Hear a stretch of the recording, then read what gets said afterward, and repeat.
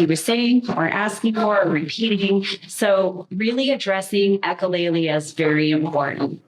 Self-stimulatory behavior stimming. We do it as adults. You don't even have to be special needs. You know, if you're sitting at a table and you're shaking your leg or you're twirling your hair, that is stimming behavior. But a lot of these kids, you see the arm flapping, you'll see, you know, they'll shake their hands, they'll spin in circles, they'll whine, they'll stack, you know, all these stimulatory behaviors is a way for them to actually calm their nervous system and just go to their happy place. So I don't typically recommend that if they're stimming, you try to stop them from stimming. I usually, you know, when it came to Noah, I just let him do his thing. And then as I started to address a lot of his underlying conditions, he stopped the stimulating behavior. And from there, really just started to flourish. Anxiety, depression, you know, once they start to get into their teenage years and they develop those hormones, you know, you stack anxiety and depression and hormone imbalances and everything with a neurological disorder, and you've got a train wreck. So teenagers are very susceptible to anxiety and depression. So there are a lot of different supplements out there that address anxiety and depression. If you talk to your physician, your functional medicine doctor, they will gladly give you instructions on how to address it naturally. So what are the contributing factors that influence resiliency? Genetics. So you can have a genetic predisposition for anything. It's going to be some sort of environmental factor that contributes to the onset of that gene. So let's say, for instance, my son has mitochondrial disease. He has MTHFR. And there was a study that was done on mitochondrial disease and kids with autism that had mitochondrial disease.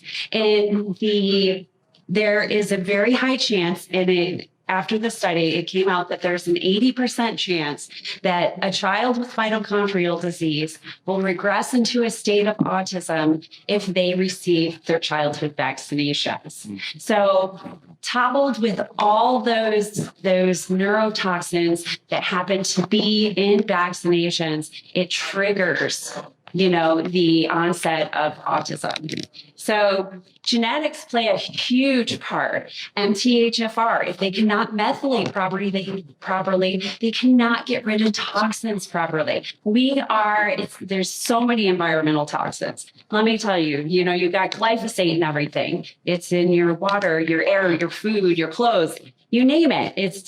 It's everywhere. And this is contributing. You have genetically modified foods, you have vaccinations, you have a number of these things, and they cause major stressors. But what I'm here to say is it's a combination of two things. It's a combination of genetic predispositions and environmental factors. And when you combine those two things together, then that's where you start to see a lot of regression and everything else in these kids. Accumulated stressors. If an individual is in a stressful environment, they are going to suffer from it health-wise. So I can tell you, I had a very stressful time when I was in the military, and it caused migraines, chronic fatigue. I couldn't sleep. There was a number of things that truly contributed to a lot of those ailments. But stress, if a child is in a stressful environment, it's going to make a lot of these conditions even worse.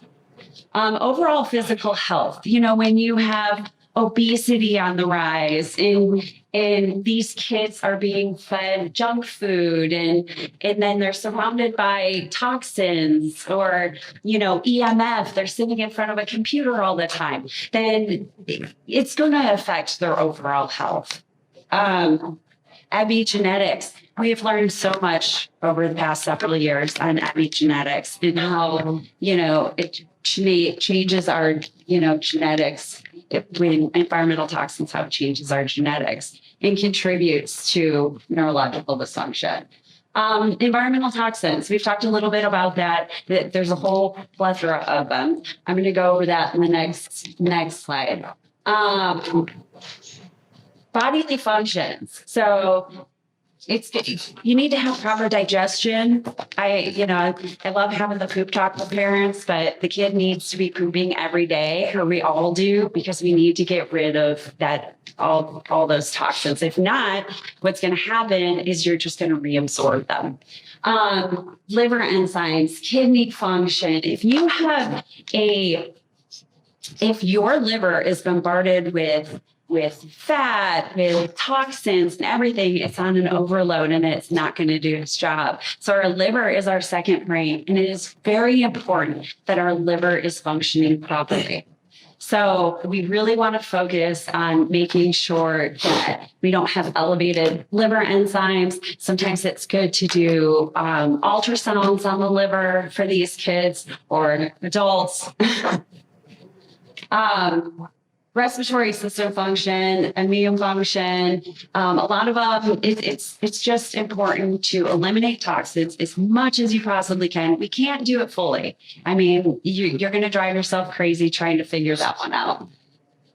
But to do your best to eliminate as many toxins from your environment or your child's environment as much as possible. Environmental toxins that contribute to neurological disorders. So we have many genetically modified and processed foods: wheat, dairy, corn, soy, sugar. Those are the most common ones that are genetically modified. So if it doesn't specifically say non-GMO, especially with corn and wheat, you can guarantee that it's genetically modified. Pesticide exposure. Over the years, we have been whammy with pesticide exposure, especially glyphosate. I mean, I really have to put an emphasis on how bad it's getting with glyphosate, where they're spraying it over our heads. It's gotten into the water system. It's just wreaking havoc on our bodies. It's in our new couches. It's in everything, your clothes, your air, your food, you name it. So I say, when it comes to food, buy organic as much as you possibly can. I do go to ewg.org in regards to the Dirty Dozen list. So these are the 12 fruits and vegetables that are highly contaminated with pesticides. And it's not recommended that you eat them unless they're organic. A lot of them are root vegetables. And then they have the Clean 15. The Clean 15 is pretty much those that they've tested, and it's shown that they've had just trace amounts or little to no amounts of pesticide exposure. But I always say, if you can buy it organic, buy it organic, but definitely stay away from the Dirty Dozen. And every so often, that Dirty Dozen does change.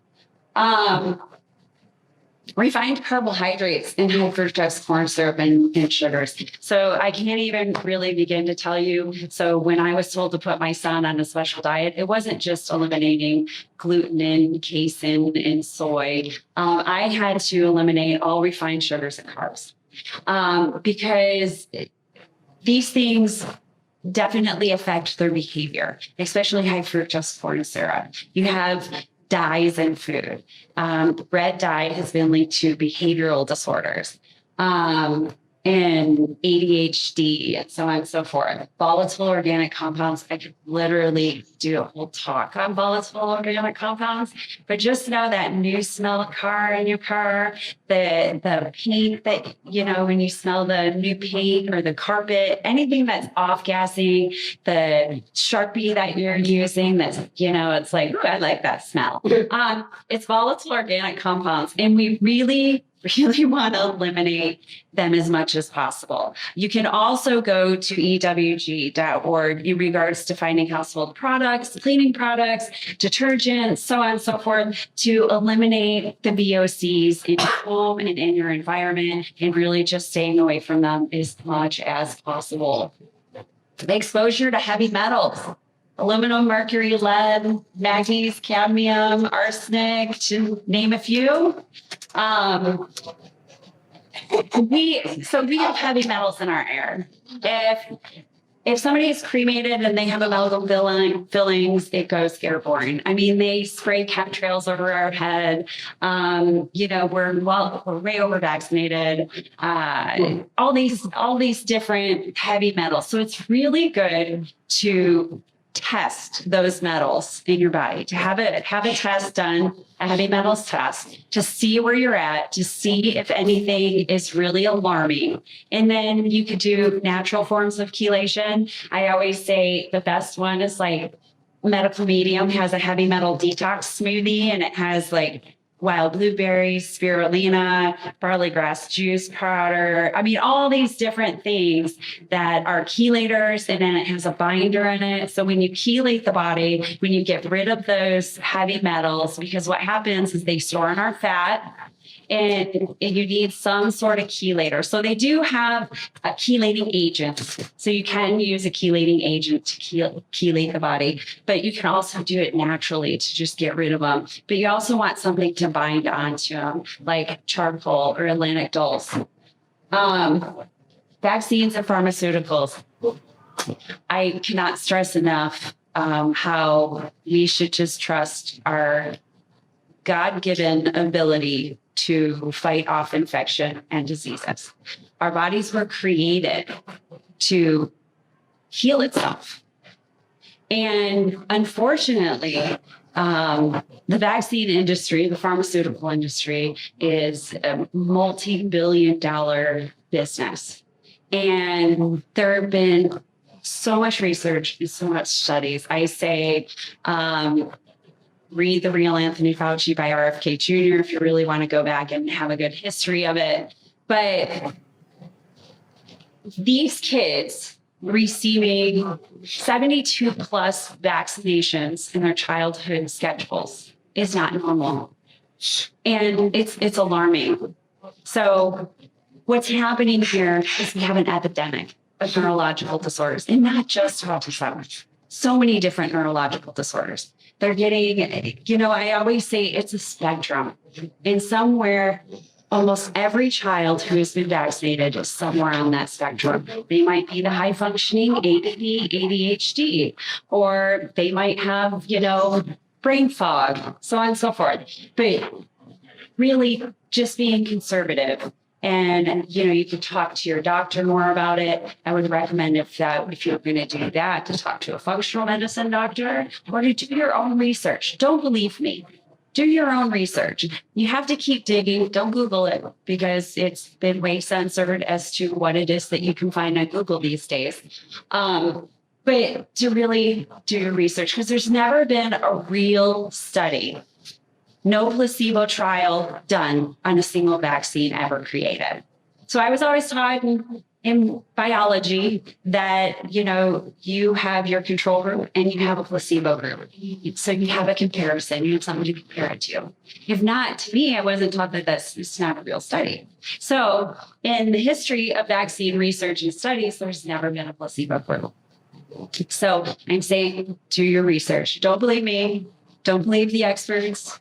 There are so many doctors that have stepped out that have taken a risk and risked their medical license, that have lost their medical license, to speak out to do no harm. PFOAs, PFOS, PFAS. So a lot of these things are in plastics, in bottles, in your cookware. If you have non-stick cookware, I'm here to tell you, it is not good stuff. Anything that has lining. So if you're cooking in anything that is other than stainless steel, most likely you're going to be bombarded with one of those things. And if it has an aluminum cap that is protected by stainless steel is porous. So as soon as you heat it up, that aluminum is going to come right through that stainless steel, and it's going to leach into your food, and it is a neurotoxin. So be careful of that. Fluoride exposure. There are a million studies out now about the neurological effects of fluoride exposure. So don't believe me, but it is very, very dangerous. So there's There's a lot of different toothpastes out there and everything, but there's never been a real study that states that fluoride prevents cavities. So I would say, in my professional opinion, to eliminate fluoride as much as you can as well. Viruses, bacteria, and pesticides. So typically when these kids get tested initially for underlying conditions associated with neurological disorders, they'll do a stool test. And that stool test will test for dysbiosis in the gut. It'll test for parasites, bacteria, viruses, anything. So back in the day, people used to, on a regular basis, do a parasite cleanse. So you can do something so simple as go on Amazon, you can buy food grade diatomaceous earth, and it's very chalky like. You take a teaspoon of it, you can put it in juice, water, whatever, and drink it twice a day. It should be in a liquid, not a smoothie. It does taste a little chalky, but just suck it down. And what it does is it goes through your intestines and it will kill off any parasites that are in your gut. Sometimes if you have major parasites going on, it is good to do it for at least a month and just twice a day. Just drink it. Be done with it. Doesn't have to be in a lot of water. So when I say that our kids are bombarded with heavy metal toxicity, this is a clear example. 72 vaccines, and that doesn't include the COVID-19 vaccine that they want to give your children. So I say, look at this, because back in the 60s, they maybe received 2 to 3 vaccines. And even then, polio, that, saved the world, had to be pulled off the shelves within 30 days because it caused polio or vaccine-induced polio, which caused paralysis in hundreds of people, caused death in many people. And it was loaded with carcinogenic material, which it was given to hundreds of thousands of people. So who's to say how many of those people actually developed cancer as a result of receiving a polio vaccine? Now, it is very common for a polio vaccine to induce polio. So you see a lot of kids, unfortunately, in wheelchairs these days from receiving the HPV vaccine, the polio vaccine. I can't tell you that one is more dangerous over the other. I can tell you in the first year of their life, they received about 21 vaccines. They all contain aluminum adjuvants or mercury, which is thimerosal. So as they stated that they took thimerosal out of the MMR, which it wasn't actually in the MMR, I think it was in the polio vaccine. They have it in the flu shot. So I can tell you Noah received 3 flu shots in the first year of his life. And I just had no idea. I'd go in, Noah would have an ear infection as he had chronic ear infections. And from that, I'd be like, oh, it's time for you to get your whatever vaccine. And first of all, they should never be sticking a vaccine into an unhealthy child that has any type of infection. But I say, look at this. So in the first year of their life, they've got all these aluminum adjuvants, mercury floating around in their body. And then at age 1, they receive an MMR and a varicella vaccine. Now, wait a minute. They don't have those aluminum adjuvants or those preservatives. So how does it cause this major reaction? So what a lot of scientists are saying is that when you have all these toxins floating around in their body and they have nowhere to go, and then you give them 4 live viruses, which in turn will kick in an immune reaction, and it'll release white blood cells, which is macrophage. These little macrophages go around and they start eating up all the bad stuff in the body. And then there's your direct path to the brain. Now, there are 2 types of mercury, and they have found actually that they said that mercury could break the blood-brain barrier. But in research studies, it has shown that both of those types of mercury can break the blood-brain barrier. So that is a false claim as well. So all these things, our kids are bombarded. But when they receive the MMR and varicella at age 1 or whatever age that they get it, that is where you start to see a slow decline in neurological function. And that is where my son regressed into a state of autism.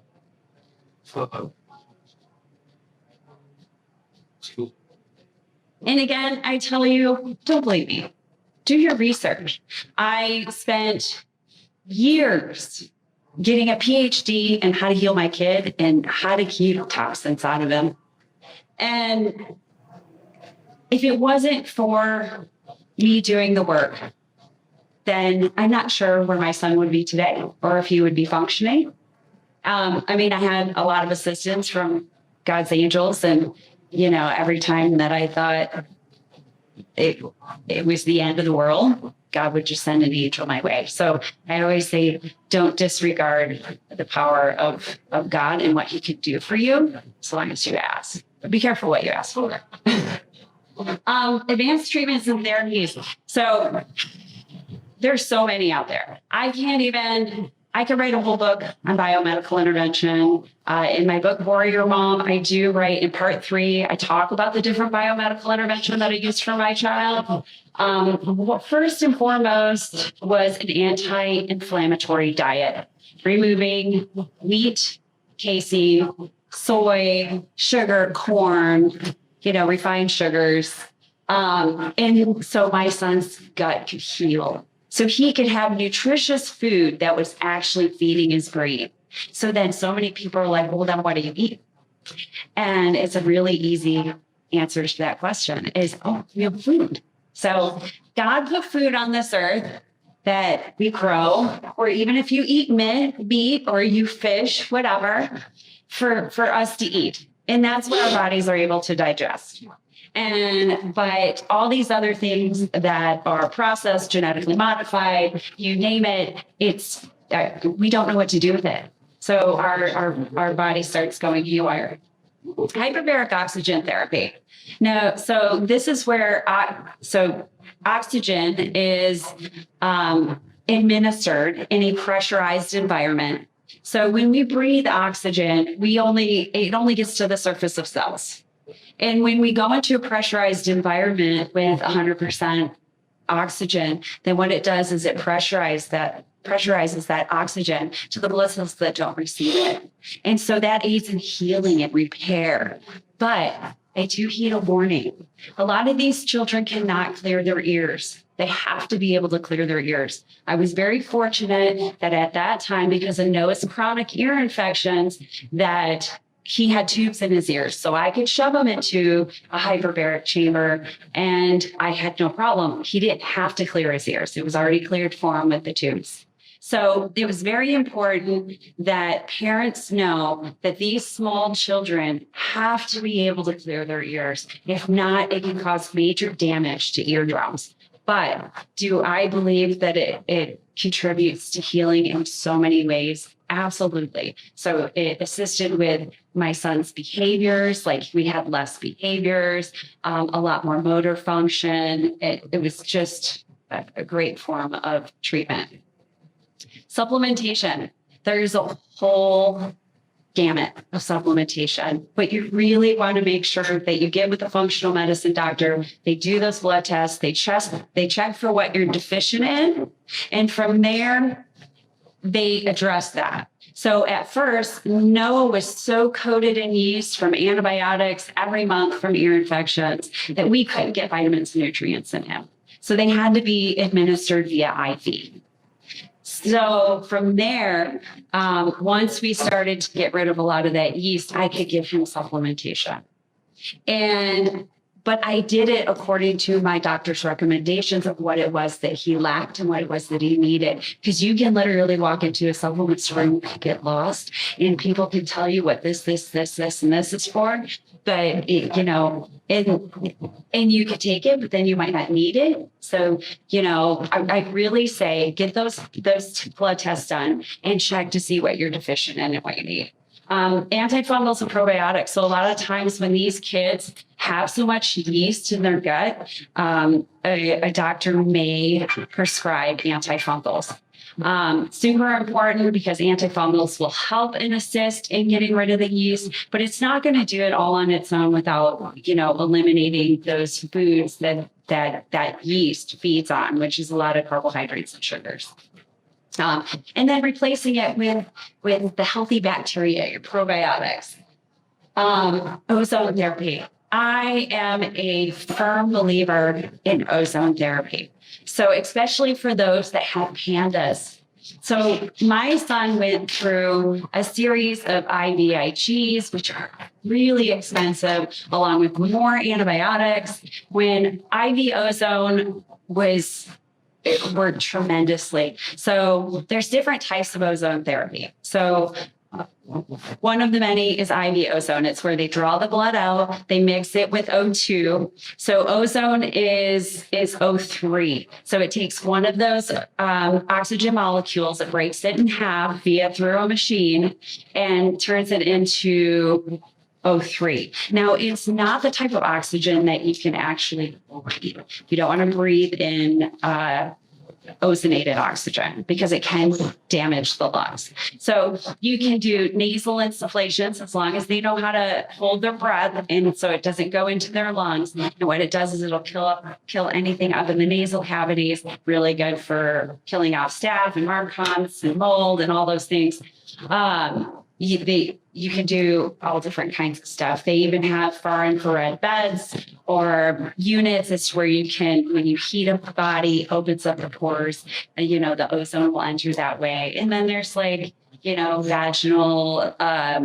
rectal insufflations if you want to get rid of bacteria or anything that way.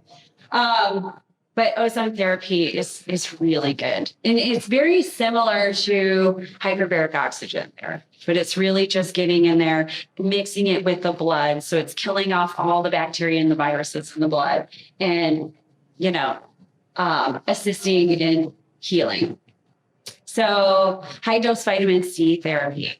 Typically, IV administered, is another form of really boosting the immune system. So a lot of cancer patients these days are really depending on high dose vitamin C IVs and IV ozone in conjunction.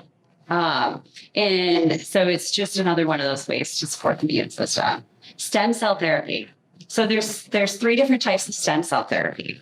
You have adult stem cells, which are your own stem cells. You can have them, extracted from your bone marrow.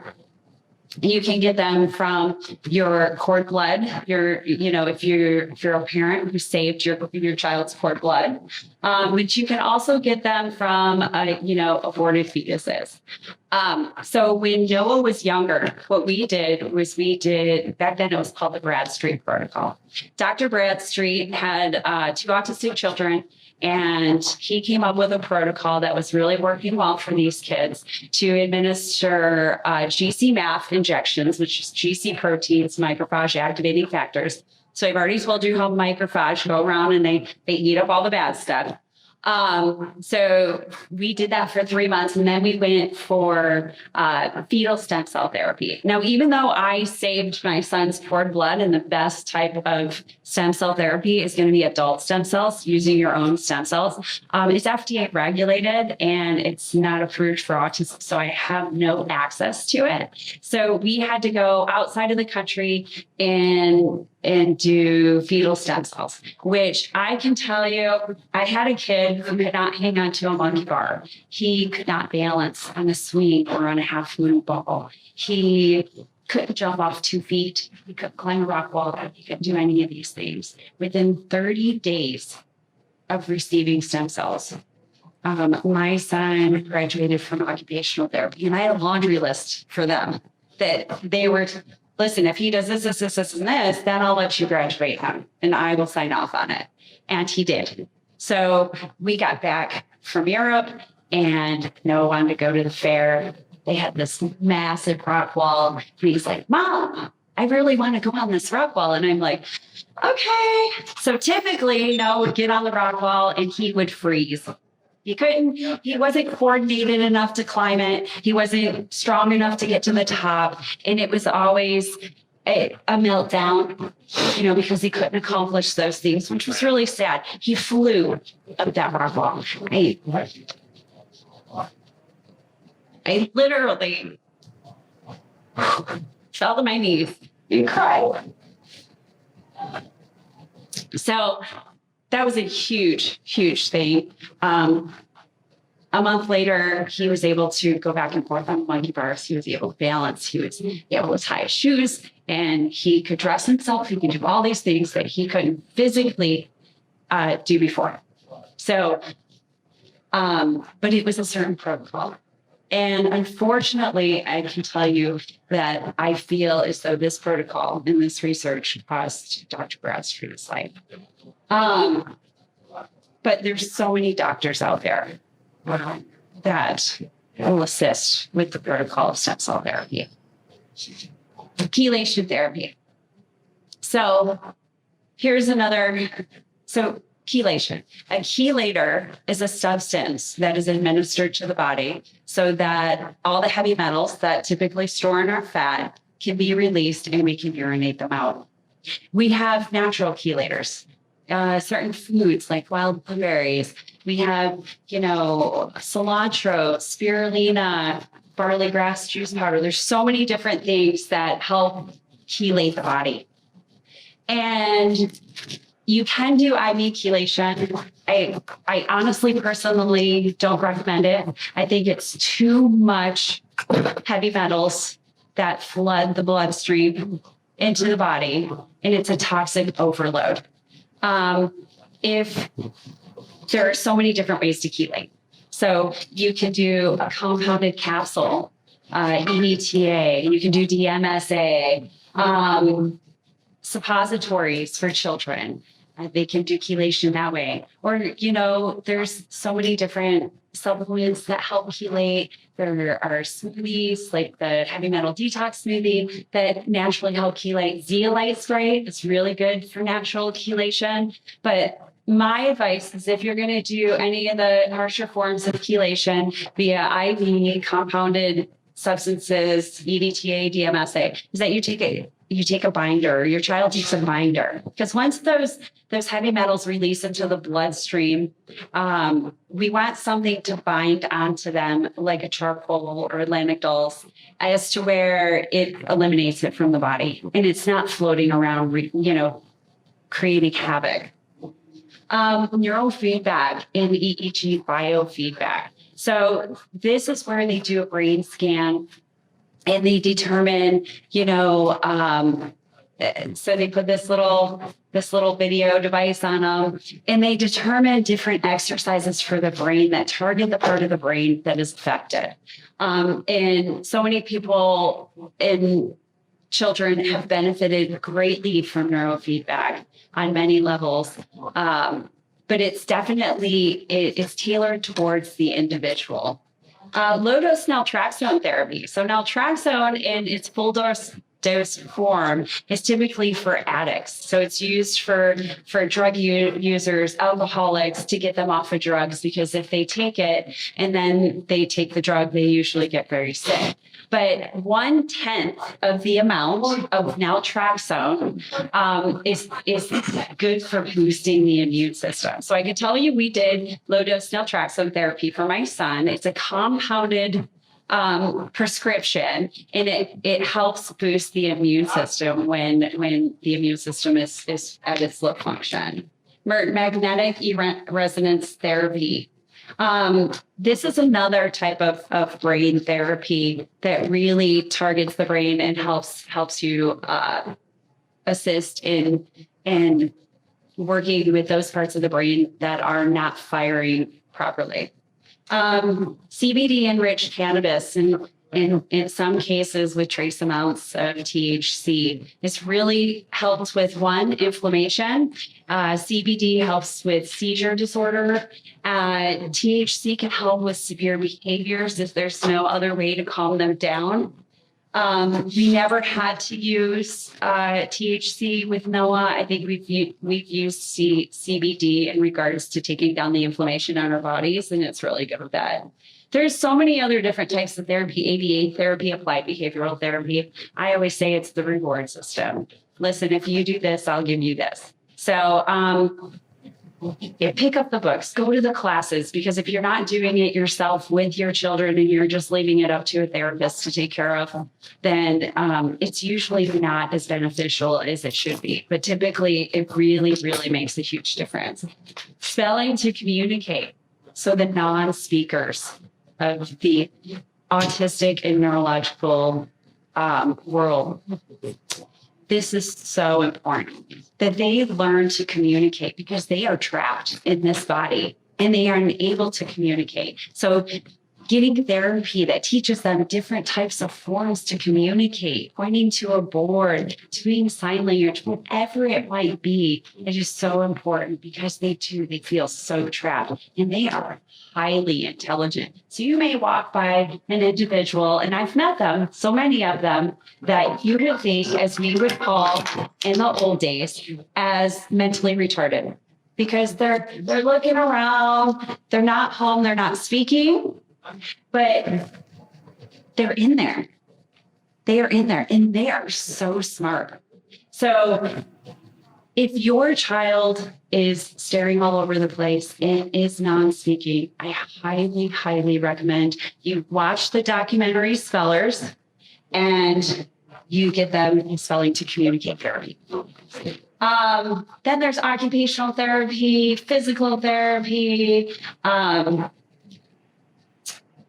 feeding therapy, cognitive behavioral therapy, all these different things. I could go through the laundry list of different types of therapies, and they all make a huge difference. But my thing is if you're not addressing the underlying conditions associated with these neurological disorders, a lot of times therapy is not going to do anything. It's going to give you a little bit of reprieve so you can go have your half-hour break or hour, whatever it is, and removing environmental toxins. You know, as individuals living in a super toxic world, it is so important for us to remove toxins as much as we can. I can tell you, I have so many different forms of I have titanium infused cookware. I try to block EMF as much as possible, because that affects us. I have all natural products in my home. You can paint with non-VOC paint. You can get non-VOC carpet. There's so many things out there now. I can't tell you if you buy a new car that you can get non-VOC. It's gonna off gas until it doesn't off gas. So there's a lot of things like your furniture and so much more that, unfortunately, you can buy organic clothes. It's not very common that you're going to find them. And there's another app that I absolutely love. It's called Yucca app. It's YUKA. It's got a little carrot on it. And this thing is amazing. So any type of hygiene products in food, it has a little scanner on it. You can take the barcode, you can scan the barcode. Now, not everything is in there, but almost everything is in there. And you can see it rates it from 0 to 100. And it'll tell you all the different toxins are on there. And if you click on those different toxins, it'll tell you if it's an endocrine disruptor. It'll tell you, if it's a carcinogen, all these different things that it will give you the information on. So Yucca app is it's my go-to. Now I can tell you, I'm going to warn you, after me and my husband got this app, we had this boxes of hygiene products that we ended up throwing away.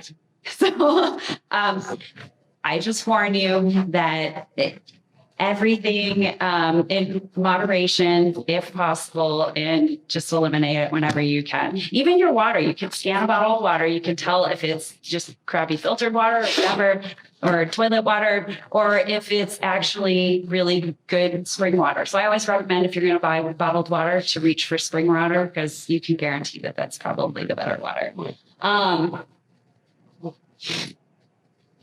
The power that made the body heals the body. So I'm a true believer that our bodies are self-healing mechanisms. And if we treat them right and we eliminate as much toxins as possible, then our bodies will self-heal. They are designed that way. They're designed, and it's amazing how God created these bodies to heal themselves. You don't need to shove anything else in it to give it assistance. It can do it all on its own. I promise you. If you eat healthy, if you take care of your body, if you exercise, you do all the things that you can to the best of your ability, then I guarantee that your body will start to heal. And that also goes for healing mind. Stop for a moment. Take 15 minutes in the morning to meditate. If you have a child, meditate with your child in your lap, because your energy will rub off on your child. What you do, you can actually, I've seen parents meditate their children healing, as to where they meditate with their child in their lap, and they do like whatever meditation or guided meditation. You can find so many online. It's been life-changing, and it'll be life-changing for you, because we have 70 to 80,000 thoughts that go through our mind every day.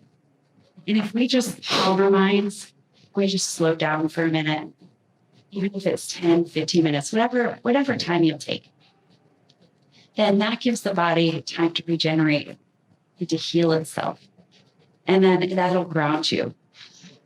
And always 10 to 15 minutes before you go to bed, please avoid TV, any shows, especially if they are, of a lower vibration. Avoid that, because whatever it is that you watch or do 10 to 15 minutes before you go to sleep goes into the subconscious mind. And that's how we're programmed. And remember, children operate subconsciously until they're about 7 or 8 years old. 100%. They are sponges. So they're programmed throughout these years. So whatever it is that we instill in our children, okay, watch TV on the computer, or, play these games, or, instead of get outside, get some fresh air. And I'm guilty. I'm guilty myself. That I just needed a break every now and then from the kid who was screaming at me. But this is the time that they're programmed. And be careful when you put your kids in schools, especially if they're neurologically challenged, because they are being indoctrinated. A lot of these kids are very vulnerable. They're very susceptible to brainwashing and, everything else that's out there. Manipulation. I still deal with it. My son is 18 years old. He is fully functioning. He's doing very well. He's driving, he's going to college, he works, all those things that you want your child to accomplish in life. He does it. But I can tell you, for the longest time during COVID, me and my husband were nothing but conspiracy theorists. I never healed my son. I was never severely autistic. I'm just autistic. And there's a narrative, and these kids are very much programmed to fall with. So I just heed a warning. If you have the opportunity to homeschool, and I used to, back in the day, we used to be like, oh my God, that's crazy if that person homeschools, right? Because they need to be social. There's so many social groups for homeschoolers. But then you get to teach what you want to teach to your children, and you don't get to put it in the hands of some stranger.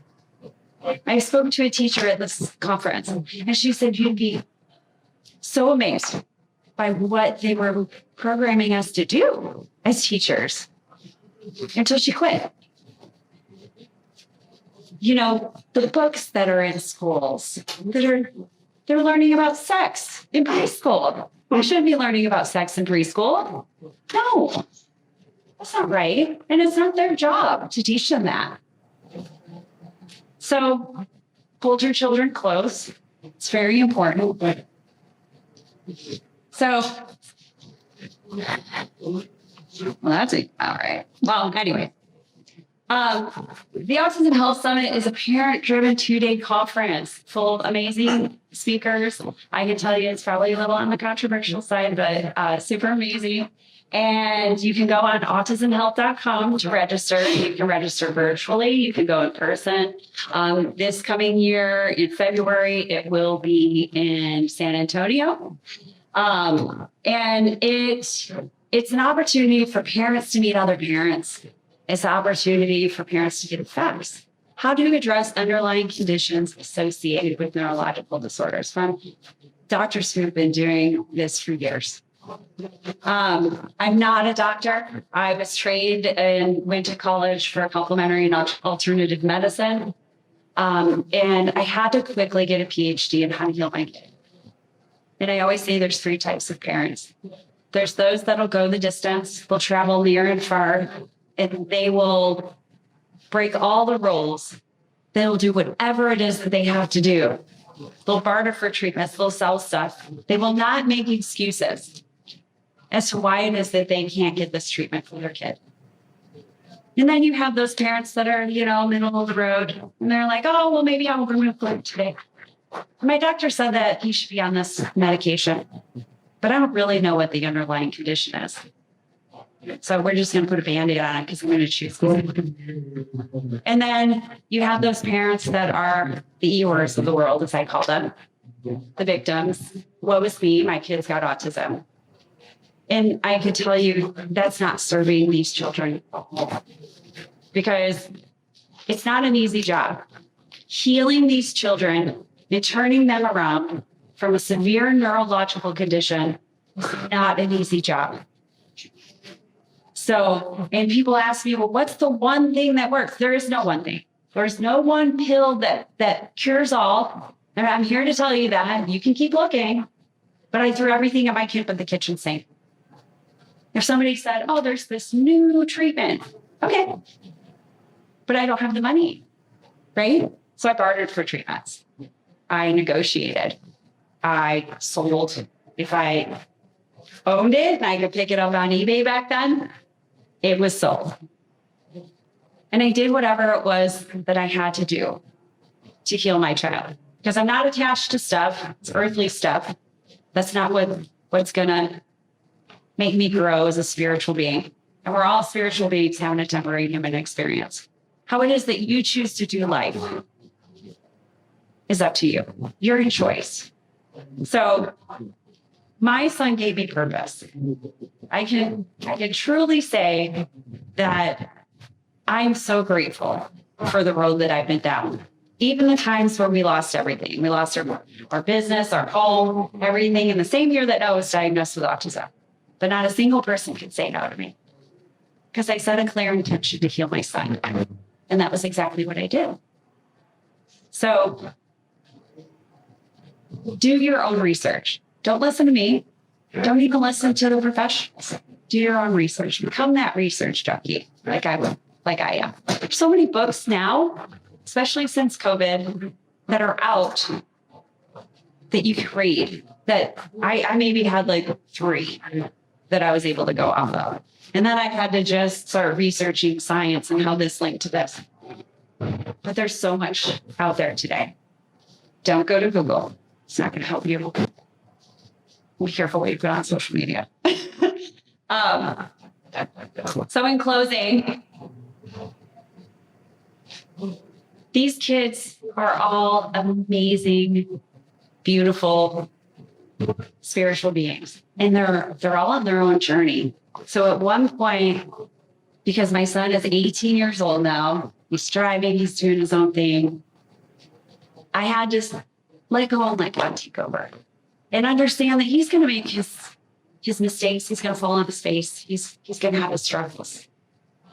And then I'm going to be there to pick him back up, to coach him through life as some of our parents did. But to really just support them, love them, and nurture their strengths. Because I can tell you some of them are absolutely brilliant. And they're amazing. So, and on that note, I want to say thank you all for listening to me. I'm truly grateful. And if you have any questions, I will be available to answer them.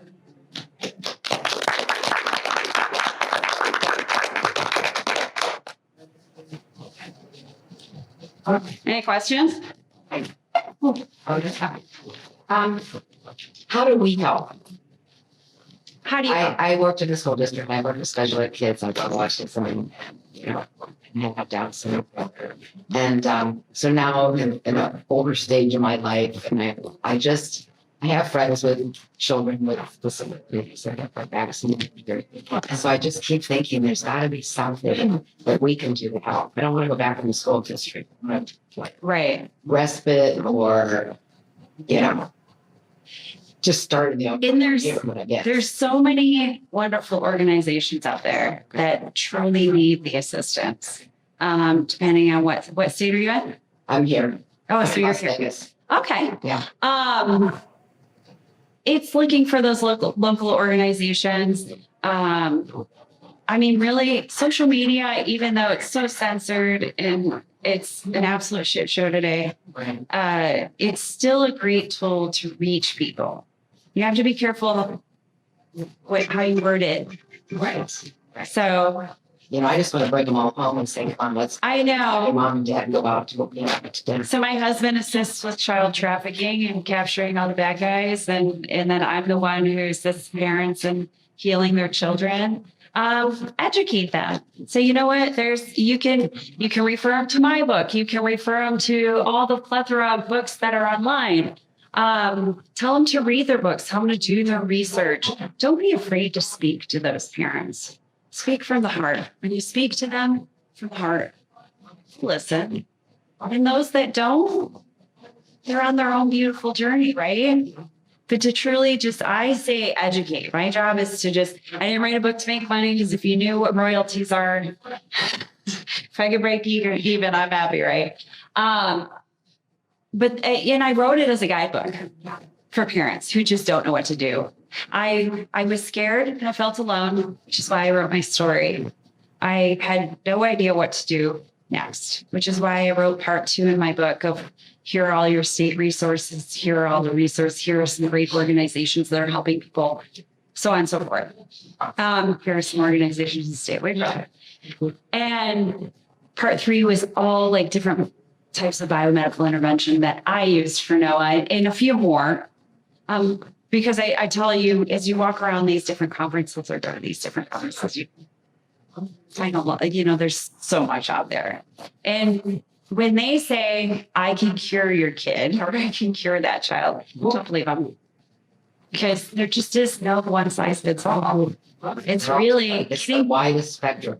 Yeah, you get them to a functioning state. That was my goal, was to get my son to a functioning state, to really just get him, Did good. Yeah.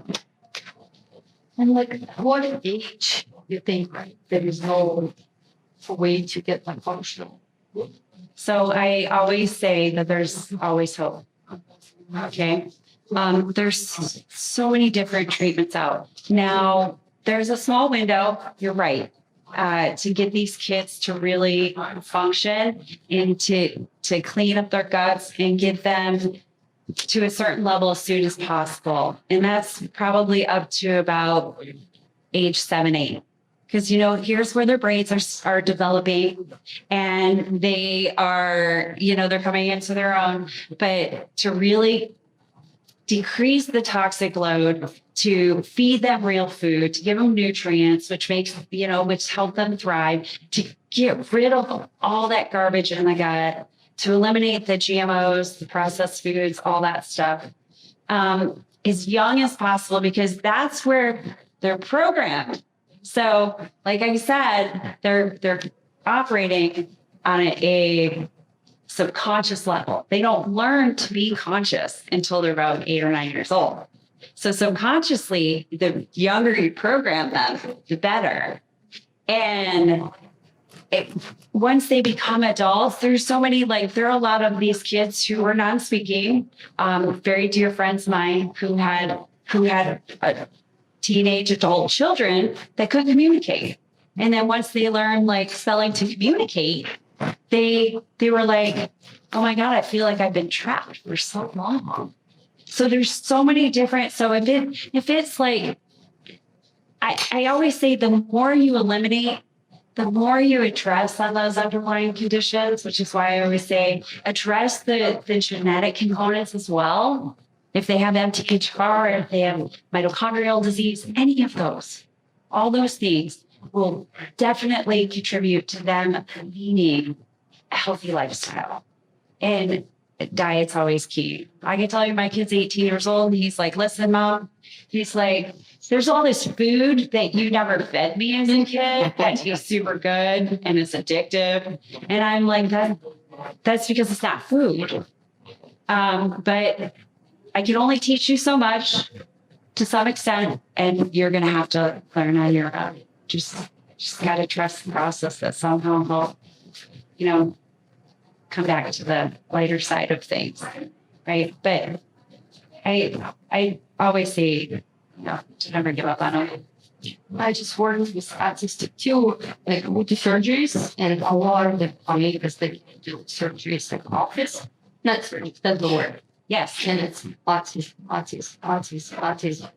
Oh, he's a picky eater. I'm like, I know it's just like, it's also like. So in a dentist, you have to watch with root canals. You have to watch with amalgam fillings. Fluoride. Fluoride is number one. I can't look at So I literally walk into the dentist and I'm like, listen, you're not to give me, my son, my husband, anybody in my family fluoride. And there have been, like I said, there's no scientific proof that fluoride actually helps prevent cavities.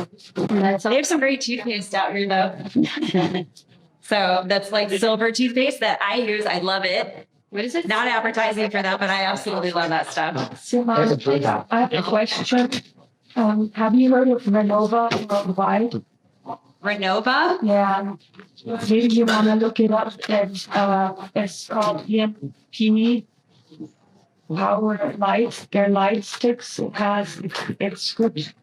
Has vitamins, and I'm not. I think he's a biochemist or something. Okay. His wife committed suicide, and if you're bipolar or whatever it is, they tell you that you are. It helps with it, and it's also it's a vitamin for your gut, for your colon. Shit, I'm sorry.